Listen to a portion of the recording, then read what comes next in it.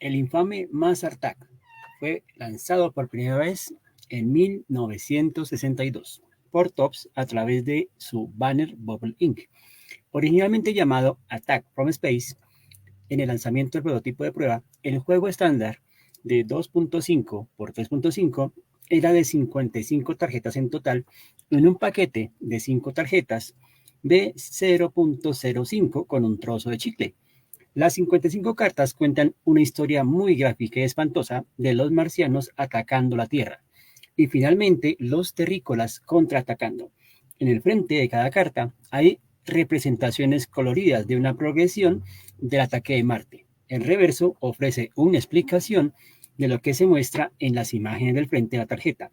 Las cartas y el concepto fueron inventados por Len Brown. Los dibujos fueron realizados principalmente por Norman Saunders y la historia fue creada por Woody Gelman. No pasó mucho tiempo para que esas tarjetas tan gráficas que mostraban a marcianos matando brutalmente a humanos y animales, escenas de muertes sangrientas e insinuaciones sexuales crearan malestar en muchos padres. Es comprensible que los padres estuvieran molestos porque estas coloridas tarjetas de terror se comercializaban para niños. Las demandas llegaron una tras otra y Topps trabajó rápidamente para detectar 13 fotografías más violentas para reimprimirlas y difundirlas. Sin embargo, esto nunca sucedió porque la comunidad de padres presentó una demanda muy grande y detuvo la producción por completo. Afortunadamente, para los coleccionistas, eso significó que el conjunto original de 55 ejemplares es muy raro y valioso.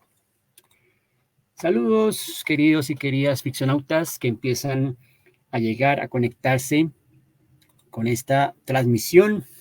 Y el día de hoy, pues, vamos a dedicar este expediente, este espacio, a Mars Attacks. Vamos a recorrer el trasfondo que originó todo este relato tan particular de Primer Contacto.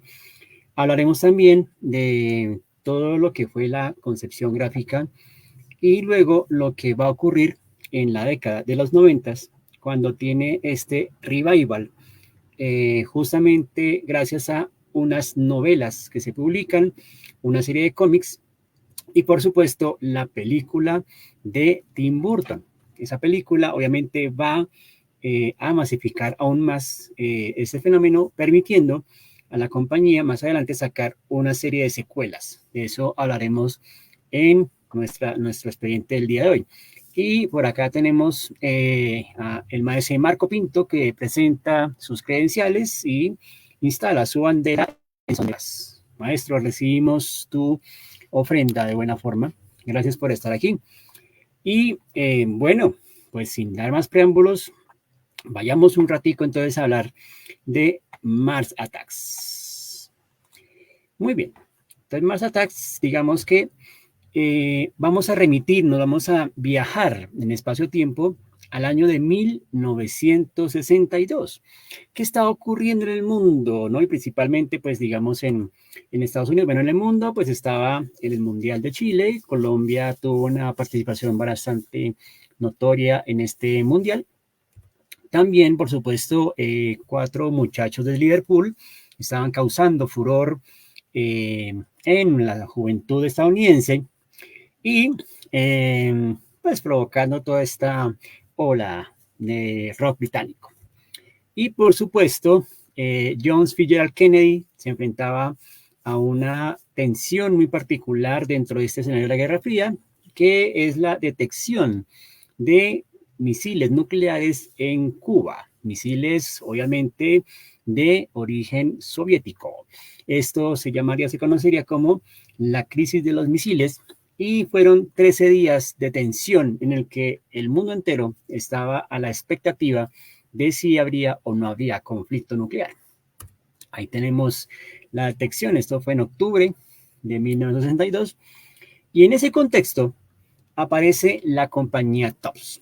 La compañía Topps, digamos que desarrollaba productos, entre ellos tarjetas coleccionables, tarjetas sobre todo de deportes, béisbol, que inclusive creo que en muchas películas hemos visto, ¿no? Y en muchas series y y varios relatos, pues hemos visto la importancia que tienen este tipo de productos, ¿no? En los niños, sobre todo y adolescentes, ¿no? Las cartas coleccionables, ¿no? Entonces, en esa compañía, digamos que había un departamento especializado en todo lo que tiene que ver con un producto que era el chicle masticable. Y ese chicle, pues digamos que al frente de esa producción estaba un señor que se llama Len Brown. Len Brown era inicialmente, pues digamos, como encargado del departamento, se destacó o básicamente era guionista de cómic, venía a hacer una serie que se llamaba Thunder, que era como un grupo de superhéroes así que resolvía misiones particulares. Pues digamos que pues, con esta cuestión de las historias de primer contacto, eh, de pronto un día ve el trabajo de un dibujante muy particular conocido o básicamente llamado Wallace Wood, mejor conocido como Wally Wood o también Woody, ¿no? Como le gustaba a veces llamarse también. Eh, Wally Wood era un dibujante bastante prolífico que se encargaba en gran parte de los títulos de una editorial que se llamaba S Comics, ¿no? Esta editorial, digamos que publicaba cómics y sobre todo enfocados, orientados hacia lo que era como el terror, la ciencia ficción, todo el tema, así lo que llamaríamos ahorita New Weird, ¿no? ¿Cierto? Y este señor publica una portada que a Len Brown le fascinó y era la portada del número 16 del título Weird Science o Ciencia Rara, Ciencia Bizarra, ¿no? En esta portada básicamente vemos una nave espacial, o más bien unas naves espaciales que están aterrizando y de ellas descienden unos hombrecillos en unos trajes con unas cabezas bastante deformadas y detrás de una roca unos niños observando esta invasión y son como los primeros testigos, ¿no? Entonces esto le llamó atención mucho a Len Brown, que dijo, ¿por qué no? Entonces, ahí tenemos a Len Brown, este es el responsable de este primer arco narrativo. Len Brown, viendo esa portada, le propone a Woody Gelman, que era el encargado de las tarjetas coleccionables, ¿por qué no hacer una serie de cartas que cuenten una historia de una invasión marciana? Pero no es cualquier invasión, es una invasión despiadada, es una invasión bastante hostil por parte de los marcianos. Y esto, pues obviamente, aprovechando mucho como esa paranoia de la Guerra Fría, hay que recordar que de cierta forma este tipo de películas de invasión extraterrestre siempre se presenta como una metáfora de ese miedo que de cierta forma tiene una potencia, ¿no? Por ser invadido, ¿no? Recordemos la Guerra de los Mundos de H.G. Wells, que básicamente era una metáfora de qué pasaría si las cosas se invirtieran y no fuese Inglaterra, sino que otro colonizador llegara, ¿cierto? Y los controlara. Entonces, las historias de primer contacto siempre tendrán, digamos, pues como ese punto en cuestión, ¿no? Siempre servirán de metáfora para revelar ese miedo, esa paranoia que tienen las personas. Entonces, Woody Gelman dice, bueno, listo. Y es ahí cuando también deciden involucrar en el equipo a el artista Norman Saunders. Norman Saunders básicamente era un pintor bastante prolífico, nacido en 1907, que fallece en 1908, y era básicamente pues un artista comercial, trabajaba mucho para cubiertas, para publicidad, sobre todo para revistas pulp, libro de bolsillo y revistas de aventuras, ¿no? Y también unas que otros cromos coleccionables. Entonces, ya con ese equipo, inclusive, también deciden contactar a Wally Wood, ¿no? Para que también les ayude en el concepto gráfico. Mientras tanto, aquí vamos saludando a Miguel Ángel San Juanelo, que saluda con el acostumbrado ¡ac, ac, ac! Y Andrea Vikernes, que ya está tomando notas, a ver, ¿no? De este expediente, a ver qué ocurre ahí, ¿no? Bueno, Norman Saunders entonces se involucra en el equipo y Wally Wood nos va a servir básicamente como esa persona que hace como el storyboard. ¿no? Entonces ahí vemos estos primeros sketches, las primeras aproximaciones, donde notoriamente se nota este gran desempeño de Bollywood en la profundidad, en los personajes, la acción, etcétera. O sea, son viñetas bastante acabadas, pero de cierta manera para las tarjetas se quería como un estilo mucho más clásico, mucho más vintage, ¿no? Entonces ahí tenemos ya como los primeros diseños de estos marcianos que son tan particulares, o sea, como que él retoma la idea de la cubierta que había generado, pero le empieza también como a modificar el aspecto de estos marcianos. Ahí tenemos, por ejemplo, la invasión a Washington, la invasión llega a China, los soldados combatiendo, las armas, ¿no? Todo esto va a ser bastante importante. Y ahí vemos también pues ya otros desarrollos, ¿no? Por ejemplo, ya más elaborados y pues el estilo de los trajes y la anatomía eran muy de esta etapa de ese cómics, ¿no? Ahí tenemos, por ejemplo, la invasión llega a Nueva York, llega a Moscú, los alienígenas están aterrizando al pueblo, ¿no?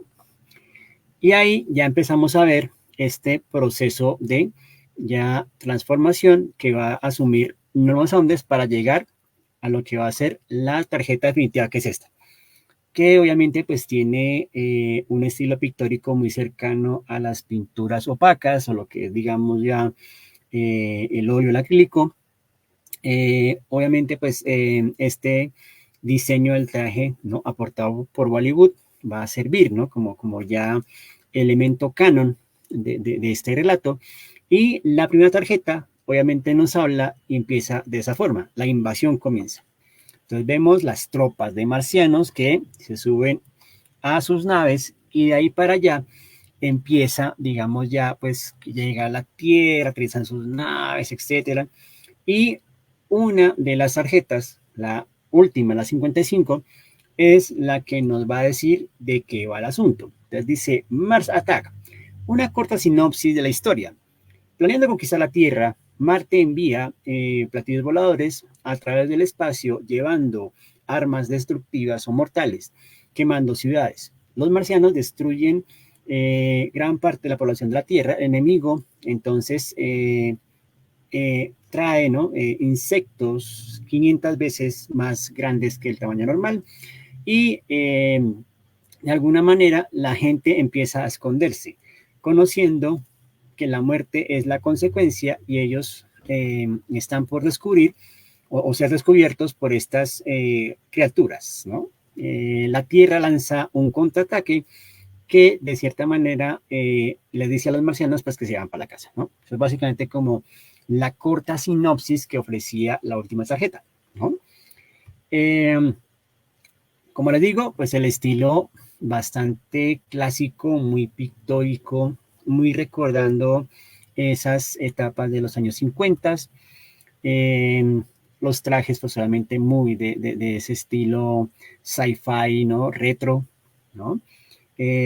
Como les decía, ¿no? Entonces, digamos, ahí vemos, por ejemplo, a un marciano viendo la invasión desde su comodidad, ¿no? Viendo cómo el Capitolio está siendo amenazado por ovnis. Vemos también, ¿no?, la población china afectada, ¿no? Obviamente, ¿no?, para ser para niños, pues sí, el contenido está altamente sugestivo, ¿no? Altamente violento, ¿no? Víctimas de el bicho. Ahora, voy a hacer aquí un preámbulo, digamos una nota al pie muy interesante, porque en el año de 1970, en Argentina, Héctor Germán Oesterheld y Alberto Breccia van a hacer como una suerte de respuesta a esta serie de tarjetas coleccionables y esta se va a llamar Platos Voladores al Ataque, ¿no? Esta también fue una serie de cartas, ¿no?, de cartas coleccionables que sacaron ellos dos, obviamente Oesterheld armando la historia y Alberto Breccia encargado de la parte de ilustración. Se publica el libro, la antología por la editorial Do Editores en 2001, 2008 más o menos, y pues hasta el momento como que ya no ha vuelto a salir.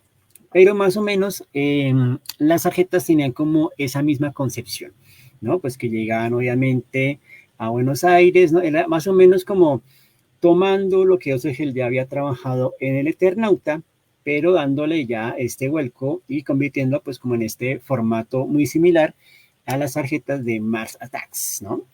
Ahí tenemos, por ejemplo, Terremoto en Plaza de Mayo y los platillos voladores obviamente van a tener esta forma genérica de aquel momento, ¿no?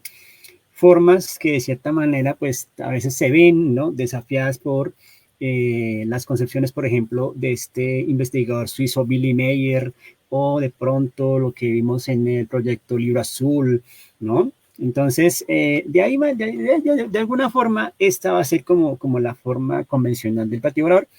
Y eso, pues, ahí tenemos, por ejemplo, Corbat en órbita, tenemos Plutón en llamas, ¿no? Y en la parte posterior también tenía como la explicación de lo que sucedía en cada carta. Bueno, llegamos entonces a los años 90. Digamos que la compañía, pues tras estas demandas y tras todo este proceso de retirar del mercado las tarjetas originales del 62, empieza un proceso como de relanzamiento y en los 80 se hicieron un par de series.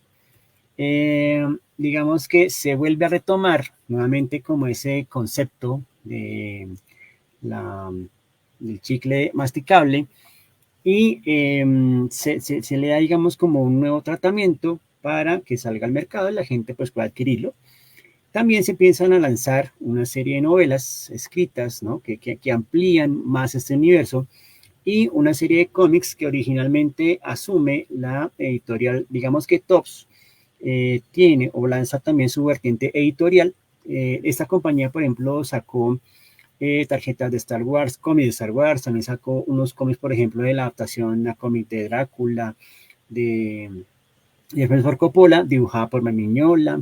Entonces, Topps, inclusive también Topps tenía los derechos de X-Files, ¿no? También sacaba cómics de X-Files. Entonces dicen, vamos a sacar unos cómics de Mars Attack, ¿no?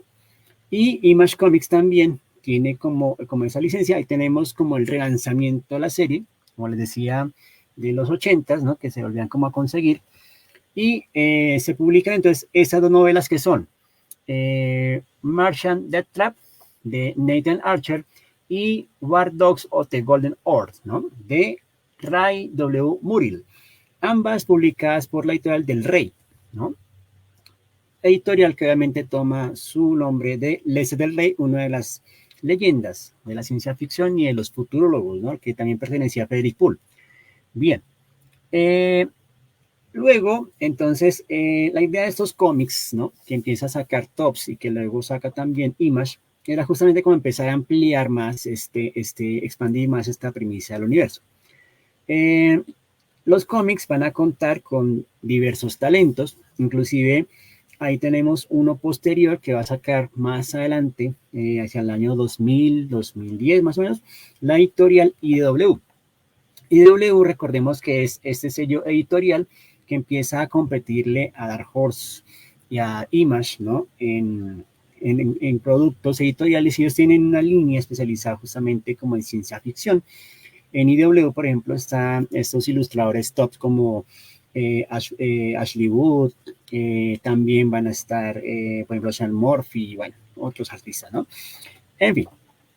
Entonces, bueno, Mars Attacks y estos cómics empiezan también como a crear la idea de, bueno, ¿y qué pasa si empezamos a hacer crossovers, ¿no? Entonces, por ejemplo, en la portada de W, ustedes ven que los marcianos están como encapsulando a personajes provenientes de Kiss, Popeye, Transformers, los cazafantasmas, ¿no? Los empiezan como a capturar. Es básicamente como la idea de los crossovers, ¿no? ¿Qué pasa si los marcianos también pueden afectar no solamente la Tierra, sino otros mundos, ¿no? En España se publica, digamos, pues por parte de Panini o Planeta Comics o algo así, ¿no? No me acuerdo bien. Una serie, digamos, pues de Mars Attack, y las portadas las va a estar haciendo nada más y nada menos que Fernando de Felipe, el ilustrador que actualmente pues vuelve como a gozar de una notoriedad por la reedición de su obra, y pues nos lleva pues con su estilo muy particular, por ejemplo, a hacer este homenaje al American Gothic, ¿no? El cuadro donde vemos a este par de granjeros con el Trincho, o por ejemplo este joven, ¿no? Dándole mazazos a un alienígena, un marciano, etc., ¿no? Y también van a haber otros covers, por ejemplo, como Dios sobre la reina, ¿no? Ya sabemos pues que la reina es, ¿no? Reptiliana. Y Image no se queda atrás y empieza a hacer un crossover muy interesante donde va a tomar en cuenta a uno de sus protagonistas más interesantes, que es The Savage Dragon. Savage Dragon, digamos que era, digamos, como entre esa línea de Image, otro de esos personajes muy particulares porque era como un policía que trabajaba en un mundo así bastante mutante, todo este rollo, ¿no? Y lo involucran, ¿no? Y básicamente él tiene que repeler la contienda contra los marcianos, ¿no? Entonces, eso fueron como unos crossovers que de cierta forma ya estaban como creando la atmósfera, el ambiente, para decir, ya es momento, es propicio, creo que ya hay como seguidores para lanzar una película. Ahí tenemos otros de los crossovers, ¿no? Donde también, por ejemplo, se ve a La Máscara, se ve, por ejemplo, a Gen 13, Spawn y otros personajes que también eran parte del sello de Image. Recordemos que Image era como la editorial más notoria en los 90s y le seguía el paso también Dark Horse, ¿no? Que era la editorial de Hellboy. También se hacen una serie de muñecos, ¿no? De figuras coleccionables, entonces esto ya empieza también como a aumentar, ¿no? El valor de culto de Marcianos al Ataque.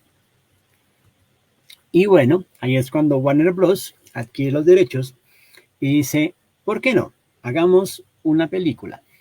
Y para ello van a involucrar a el guionista Jonathan Hems, ¿no? Jonathan Hems se va a encargar de tomar esa esencia de las 55 tarjetas y llevar a este script, a este guión, ¿cierto? Bien particular, donde vamos a ver la historia de la invasión alienígena y como director sería Tim Burton el encargado de convertir esas líneas de texto en imágenes evocativas y una secuencia efectiva.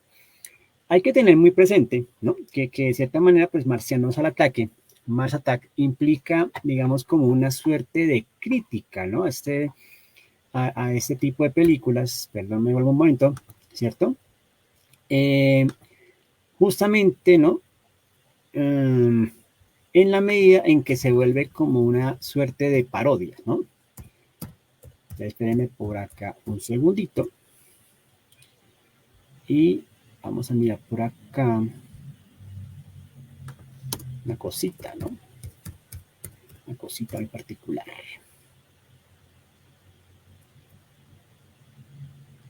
A ver, ¿qué le dice acá?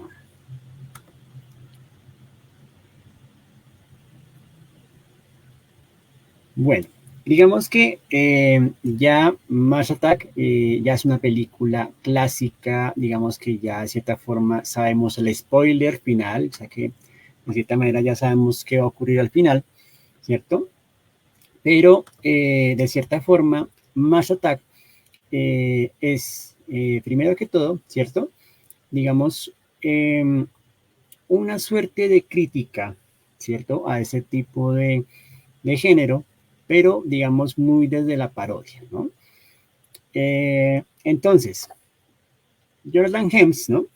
El co-guionista, digamos que se basaría en esta colección de tarjetas editada por la compañía, ¿cierto? De Tops, y de cierta manera, digamos que van a rehacer, ¿no? O digamos como que van a mirar una serie de aspectos, ¿no? Digamos que van a cambiar un poco la historia, sobre todo la forma en que se comunican los marcianos, la forma en que ellos negocian particularmente, ¿no? Y vamos a ver, ¿no? De cierta manera, qué va a ocurrir, ¿no? Entonces, permítame un segundito. Listo. Para esta película se cuenta pues con un reparto espectacular, ¿no? Tenemos, por ejemplo, en primera línea a Jack Nicholson, que hace doble papel como presidente y como empresario. También tenemos a Martin Short, que es como el asesor político, a Glenn Close, que es la esposa del presidente, a Danny DeVito. Tenemos también a Pierce Brosnan, perdón, que va a ser como el asesor científico del presidente, Jack Black y por supuesto Natalie Portman y un desconocido y hasta ahora que empieza pues como sus primeros papeles, que se me hizo. Bueno, no me acuerdo ahorita el nombre del chico, ¿cierto? Pero va a estar también, digamos, Sarah Jessica Parker, va a estar también Ross Steiger, Michael J. Fox aparece, Jim Brown, Christina Applegate también, y también cuenta con la participación especial del cantante Tom Jones. Quien no recuerda a Tom Jones, tal vez les hago una referencia también bastante pop, que era el príncipe del rap, el baile de Carlton, era inspirado en, o básicamente su artista favorito era Tom Jones, ¿no? Que es como una gran leyenda de los años 60, 70, ¿no?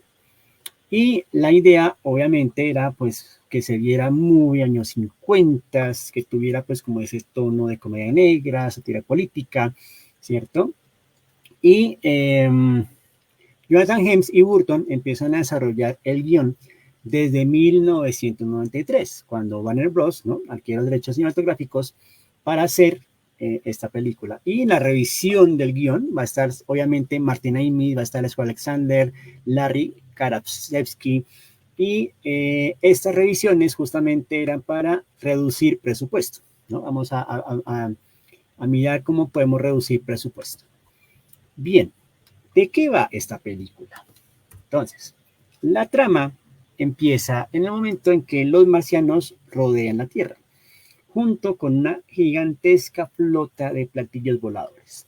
En ese momento, el presidente de los Estados Unidos es enterado de la llegada de estos visitantes y de alguna forma él dice, bueno, es momento de que hagamos entonces una reunión con su dignatario, ¿no? Digamos que es como el camino protocolario, muy estilo Federación Galáctica, muy estilo Star Trek, ¿no? Y el presidente también cuenta con su asesor científico, el profesor Donald Kessier, que es encarnado por Pierce Brosnan. Y también va a tener sus asesores militares, que son el general Decker y el señor Casey. Obviamente ellos dirigen un discurso a la nación, ¿no? Y de cierta manera, pues reciben la noticia, incluyendo presentadores de noticias, los trabajadores del Hotel Luxor en Las Vegas, también la familia Norris en Kansas. Esta familia va a ser muy importante porque ellos son los que van a, de alguna manera, resolver el meollo del asunto. Y también vamos a ver diferentes estereotipos de este tipo de películas, como los hippies buena onda, que se reúnen a las 51, ¿no? Para esperar la llegada de los visitantes, todo este rollo, ¿no? Entonces, el delegado, ¿no? De los marcianos, con su, ¿no? Intenta, ¿no? Negociar, o básicamente el gobierno de Estados Unidos intenta negociar con ellos, pero ¿qué va a ocurrir, no? Que se va a salir todo al traste, ¿no? Y de cierta manera pues empiezan los ataques, empieza la contienda y obviamente se le encarga al asesor científico pues que busque la manera de cómo podemos, cómo se pueden comunicar con ellos, ¿no? Pensando en el percance que todavía ha sido un malentendido cultural, el presidente encarga a Kessler para continuar negociando con los marcianos y el embajador es invitado a hablar en un congreso y los marcianos vuelven a atacar. Recordemos que dentro del combo de marcianos baja uno muy particular, que es este, ¿no? Este que tiene como este traje al vacío hermético y de alguna manera, ¿cierto? Este traje hermético le permite, ¿no? Digamos como respirar la frágil, pero tiene que estar ingiriendo cada cierto tiempo una especie de chicle, ¿no? Ahí vemos el guiño a los chicles, ¿no? De Tops, ¿no? La actriz que lo encarna es una actriz que siempre está en las películas de Burton, hasta inclusive aparece en Rey de la Fábrica de Chocolates. Una actriz que tiene como una fisonomía bastante particular, ¿no? Ahí tenemos al presidente, al señor Jack Nicholson, que hace también un papel histriónico, ¿no? Hace un registro particular pues como presidente de Estados Unidos y como empresario, ¿no? Que él es el dueño, si no estoy mal, de la cadena de hoteles, ¿no? Entre esos el Luxor, donde está la otra parte de los protagonistas, ¿no? Bueno, ellos están allá en sus naves, empiezan a contemplar, ¿no? Digamos que en sus naves sí pueden respirar su atmósfera, entonces no tienen que tener estos equipos o cascos, pero ya cuando están en tierra sí les toca usar su equipo, ¿no? Y en algún momento, pues solamente abducen a una parte de la población. En este caso, se llevan, ¿no?, al asesor científico y también a una presentadora de noticias que está encarnada por Sarah Jessica Parker. Y en la nave empiezan a hacer experimentos como este, ¿no? Colocar la cabeza del chihuahua de, de esta señorita como cabeza y a Pierce Brosnan la cabeza en el cuerpo del perrito, ¿no? Entonces empiezan a hacer esa clase de experimentos, ¿no? En la nave, eso se vuelve ya muy loco, y ahí entonces está la otra parte, ¿no? Que es, digamos, Annette Bening, que encarna pues como esta líder espiritual hippie, ¿no? De la época, y que está acompañada de Tom Jones, que de cierta forma emprenden el escape del hotel, y obviamente la idea es pues evitar a toda costa el ataque de los marcianos, ¿no?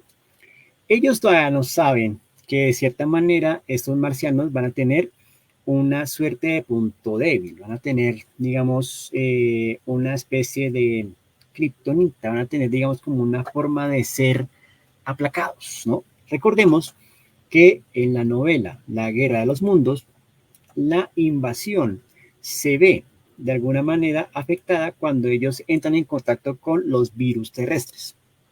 Es decir, la gripita convencional a los alienígenas les va a dar, digamos, un caso o una enfermedad que no pueden contener, y ahí es cuando se empiezan a morir. Entonces, claro, ellos tienen trajes herméticos. ¿Cuál será la única manera de poder destruirlos? ¿Cómo se puede destruir algo indestructible? Bueno, la respuesta vendrá más adelante, pero ahí tenemos entonces a este, como tan particular, un exboceador que trabaja como equipo de seguridad del Hotel Luxor, del casino, y él pues se va a encargar de liderar a este segundo combo, ¿cierto? Y ahí tenemos a la familia Norris, ¿no? Que entre ellos está Jack Black, que es básicamente el militar, digamos, excéntrico, y está el segundo hermano, que es el que justamente va a resolver la situación, y la abuela. La abuela, digamos que es una persona particular, vive pues en un ancianato, y de cierta manera ella es la que de alguna forma u otra va a tener como la respuesta, sobre todo porque ella es fanática de un cantante muy particular. Ese cantante se llama Slim Whitman y la canción favorita se llama Indian Love Call. Esta canción empieza básicamente con una frecuencia vibracional particular, sobre todo de esta forma.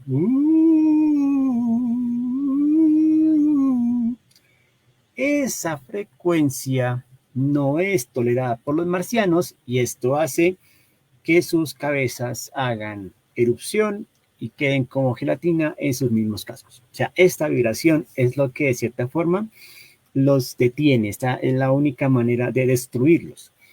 Entonces, ahí es cuando dicen, oh, nos tocará conseguir un equipo de amplificación para ver cómo hacemos y llevar esta frecuencia sonora y empezar a debilitar a los marcianos, ¿no?